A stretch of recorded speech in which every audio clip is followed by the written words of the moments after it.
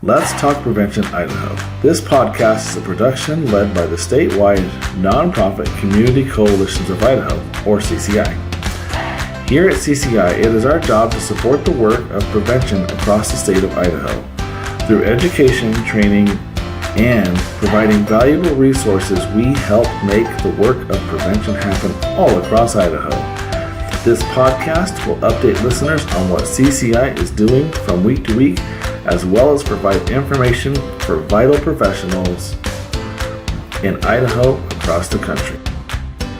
First off, I want to thank everybody for coming today and joining us on this episode.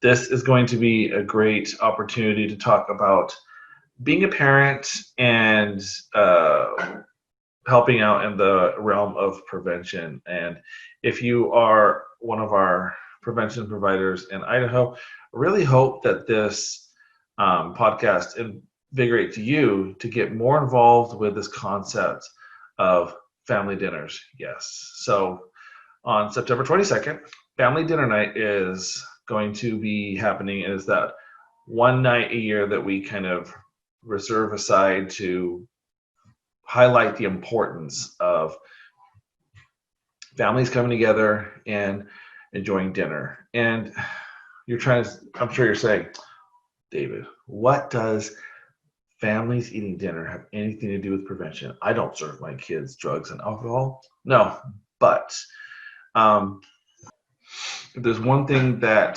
COVID and the current situation that we find ourselves in is that our kids listen to and repeat everything that we do and say.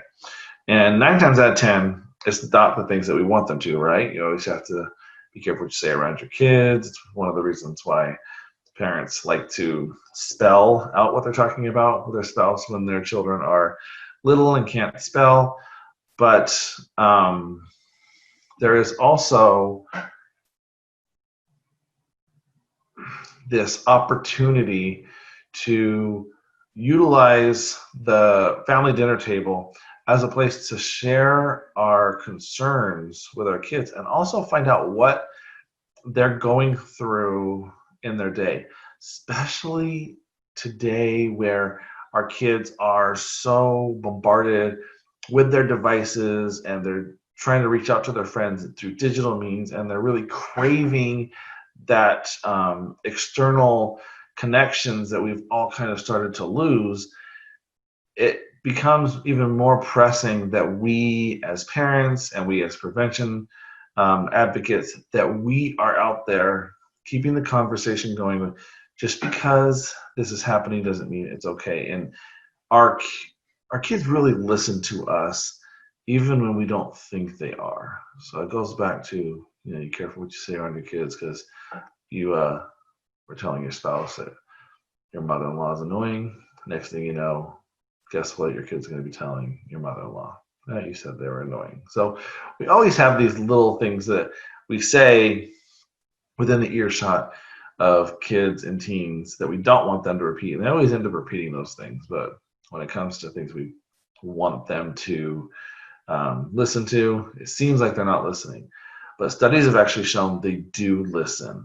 And it's vitally important that we take an opportunity like Family Dinner Night to talk to our kids. Because one of the things that I have learned in my many years in the field of prevention is that if you give kids information, if you give them real, concrete information that's not full of opinions, but it's factual information, they will in turn either use that to make better decisions as young people in peer pressure situations, or when they are pressured, they're able to put a why behind the reason why they are not going to succumb to the current peer pressure that they're in front of.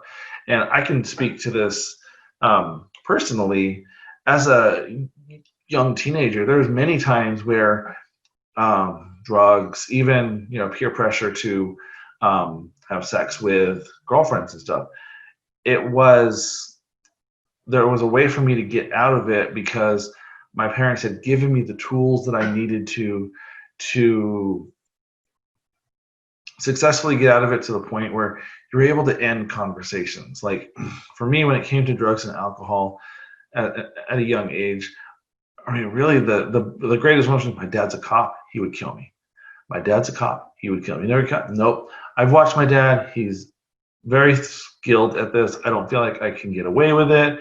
It's also shown that people who do drugs, they hurt their brain, and I'm really struggling in school. I don't need any more hurdles. I'm already having deficiencies with getting through my classwork. I don't need any help. And then when it came to sex, my dad will make me raise the kid. I'm more likely to get pregnant. Like I'm not going to be able to finish school if I have this responsibility of caring for a kid. My dad will make me care for the girl, whether I want to.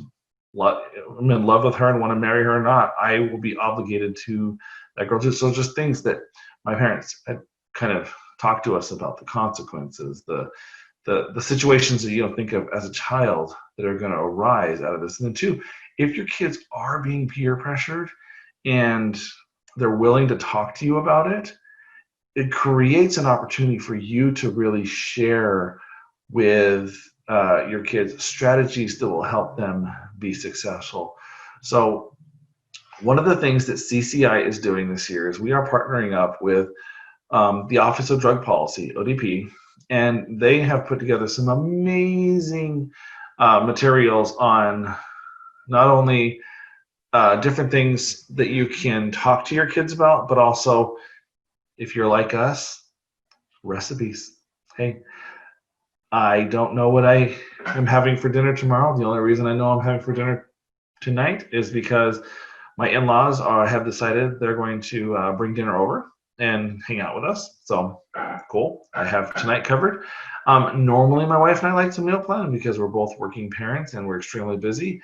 When we have planned out the meals for the week, it is very easy. But this weekend, we didn't get a chance to do that. So this week has been kind of every night's a Hail Mary because we don't know what we're doing from night to night. So one of the things that the Office of Drug Policy did through this initiative was to take that off the table. So if you're a busy family like us, let's take this off the table. And then if you are in a situation where you're struggling to get food and stuff, there are opportunities. We would like to point you to your local food banks or food pantries. And if you would like to participate, but you are struggling to feed yourself because of financial situations, feel free to message us at on the CCI Facebook page, Instagram, or Twitter. And we would love to point you in the direction of resources that might help you be able to participate, not only in this year's family dinner night, but help you find the resources that you can to feed your family. So what I'm going to do is I'm going to show you guys something that the Office of Drug Policy put up. So here we go. Okay, so this is betheparents.org. And like you see right here, the best way to keep your kids from drinking, simply start talking about it. So this is the header. It's really colorful. Talks about the dangers of teen vaping. Right here, one of the stats that really stood out to me is 1 in 4 Idaho high school students have had a drink in the last 30 days. And almost 15% say they've had alcohol other than a few sips before the age of 13. So by having these conversations, we can start to affect these statistics and change the direction that our children are going in. So what I want to do is I want to show you this video that they have for parents. We're going to play this. Hey parents, in a recent survey, almost 1 in 3 Idaho high schoolers said they had a drink in the past 30 days. That means if you were to line up your kid next to 2 or 3 of their friends, one of them drinks, statistically speaking. You're probably thinking, I'd know if it were my kid, right? Well, actually, in the same survey, 30% of kids who drank say their parents had no idea. Good kids with good parents drink too. We all know many of the risks associated with drinking underage, like unplanned and unwanted sexual activity or driving under the influence. But did you know that a teen's brain is developing well into their 20s? So adding alcohol to the mix too early can impair learning and memory. And unfortunately, the earlier your child starts drinking, the more likely they are to become alcohol dependent. So how can you steer your child away from alcohol? Experts agree that the number one thing you can do is to stay engaged as your child gets older. First, tell your child early and often about the specific risks of underage drinking and let them know you don't approve. Believe it or not, they are listening, even if they roll their eyes. Next, make sure you do things together regularly. Research shows that kids who eat dinner with their parents 3 or 4 times a week are less likely to drink underage. On weekends, make time to hang out as a family and be sure to try some of your kids' favorite activities. And here's a biggie. Help your kid find a passion, something they really, really love to do. Sign them up to try new things. Make sure they're involved in teams or clubs at school, or play sports or music together as a family. Because when your kids have a passion, they're more likely to spend their free time pursuing it than participating in negative behaviors, like underage drinking. Staying engaged is not always the easy thing, but it's the right thing if we want to keep our kids healthy and happy. Learn more at betheparents.org. Be aware, be engaged, be the parent.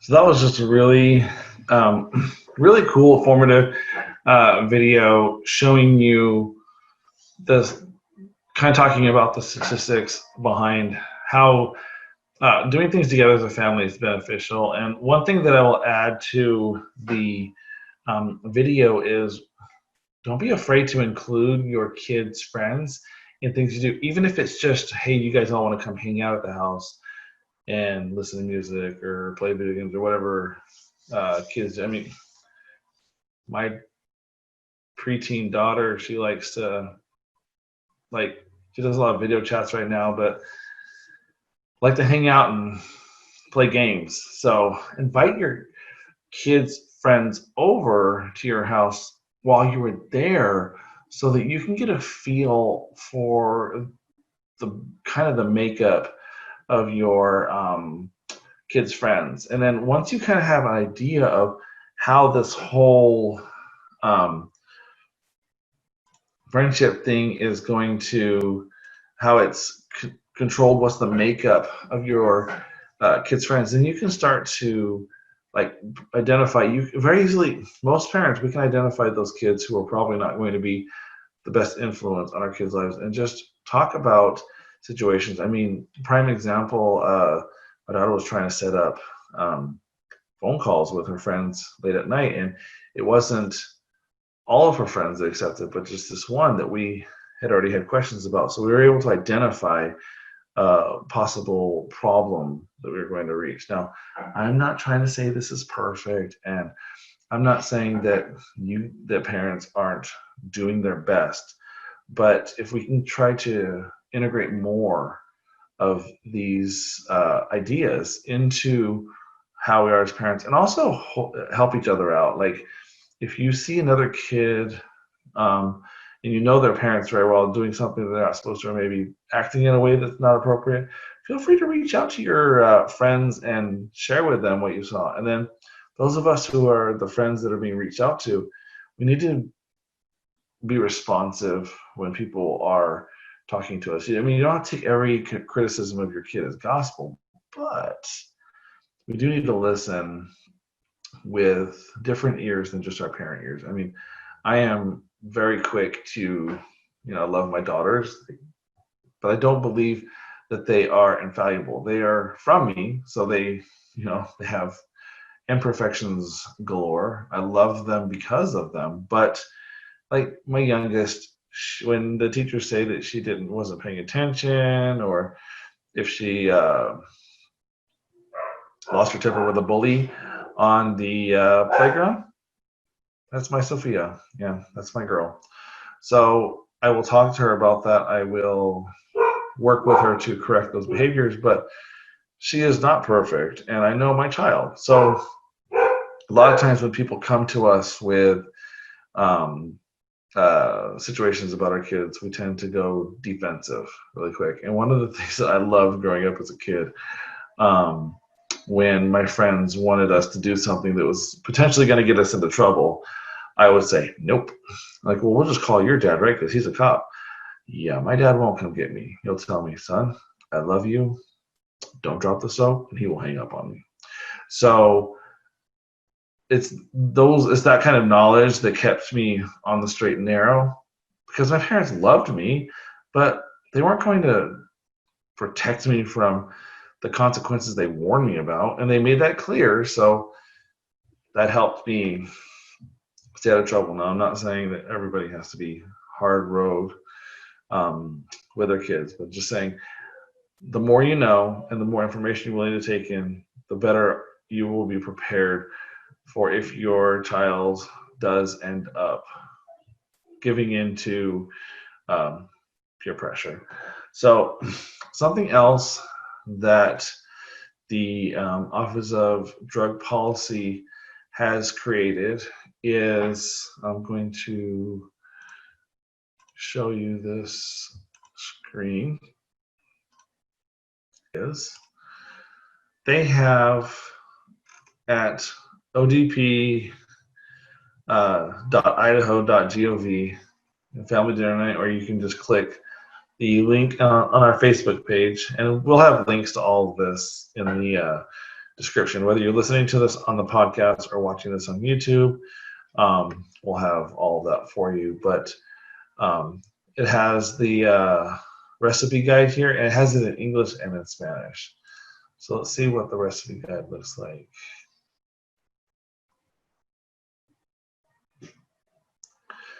And this can be a real win for you, just the mere fact of sometimes we get stuck in ruts and we're trying to break out of them, but we don't know what to make. And I don't know about you, my kids are kind of picky, so it can be a hard thing too. So they have some literature on, teens that eat with their families are less likely to abuse. And then it has this one is, it's a budget friendly, easy, cheesy enchiladas. It has some fun things you can do, some conversation starters. And then here is the instructions. Serves 4 to 5 people. And here's the instructions. And what's kind of cool about, like we did flautas last night, and it's really easy, is you can take like something like this with chicken breast, grill it, season it and grill it, and then you can bring it in, shred it, and then all you have to do is add it to the tortillas with some cheese, and we put some green onion in it, and wrap them up, top them, and put them in the oven just to melt the cheese and warm everything through to toast to make the tortillas a little crunchy, and then you're good to go. You add some rice and beans to it, and you have a pretty good Mexican dinner right there. And what's kind of cool is our tip to making the tortillas look like this is before you put it, the cheese on, spray it with the nonstick spray. It gives it that little oil it needs to have that crunchy consistency. But they have easy turkey skillet. They have hot stuffed casserole, Italian chicken. They even have apple crisp dessert on here. One of the things that we did for dessert, I believe it was on Monday, was we did Rice Krispie treats. Rice Krispie treats are so easy, and my youngest daughter helped my wife make the Rice Krispie treats. And to make them fun, we got a sharing size of the mini M&Ms. We threw some mini M&Ms in there, mixed it up, and we had mini M&M Rice Krispie treats. So it doesn't have to be complicated. You just have to get together, even if it's running to your local family's favorite fast food place and bring it home. Kind of probably one of the nice things, if you could say anything nice about this year, about COVID, is a lot of the restaurants are closed. I mean, all the fast food places in Ada County are closed. So to indoor dining, they're open through drive-through and takeout. So go get your favorite fast food and take it home and set at the table and sit down and talk, enjoy. And you don't have to go straight into the, so who has used alcohol here? It could be something as simple as how is everyone's first few weeks back to school? How are your friends? Um, Something. Just start the conversation. Start talking to your kids. You'll be amazed at how quickly you can get their attention, and then they really start to want to open up to you. So we're going to include links to everything that ODP has offered to help you guys get the ball rolling when it comes to family dinner night. But what we want to do is we want to see this become not just something that we do on September 22nd, but we want something we do all year long, and that's something that where we look to make an impact in our kids' lives. So if you're a coalition and you're listening to this podcast, integrate this into send this out to your mailing list on your through your email. Add it to your social media. Go to the Be the Parents page. Share the information to your social. And what's really helpful is get this stuff into your stories. We're actually going to create a storyline on our Instagram account this week that's going to basically break down some of these stats in this video that the Office of Drug Policy put out. And we're going to have that, we're going to put that up on our story this week, and then we're going to add it as a highlight to our Instagram page, so you'll be able to go back and see it after it comes off 24 hours. But really utilize the places where your people's eyes are going. A lot of people will set their stories to play, and they'll listen to them while they're working or doing something or just kind of vegging out. So utilize your stories to get this message out to your parents. And if you're a parent, please eat dinner together, do something together to where you can start these conversations with your kids so that you can listen to what's been going on in their lives. There's a lot to be worried about with all the adults talking about elections and money and coronavirus. So there's a lot going around. Our kids are hearing all of this stuff, and they're getting a lot of weird mixed messages. So the more we can help them find some level of surety out of this whole situation, everybody will be better off for it. If you are a parent looking for a local coalition to join, please go to communitycoalitionsofidaho.org, and we have a map that has all the coalitions within the state. And if you don't see anything for you where you live, please feel free to send a message either through the website or go to social media, your favorite social media, and message us there and let us know what you're looking for, and let us know where you live and what that you're looking for a coalition in your area, and we will do our best to link you up with the closest coalition that works where you live. All right, guys, until next time, let's keep prevention going and be drug-free here in Idaho. All right, have a good one, guys.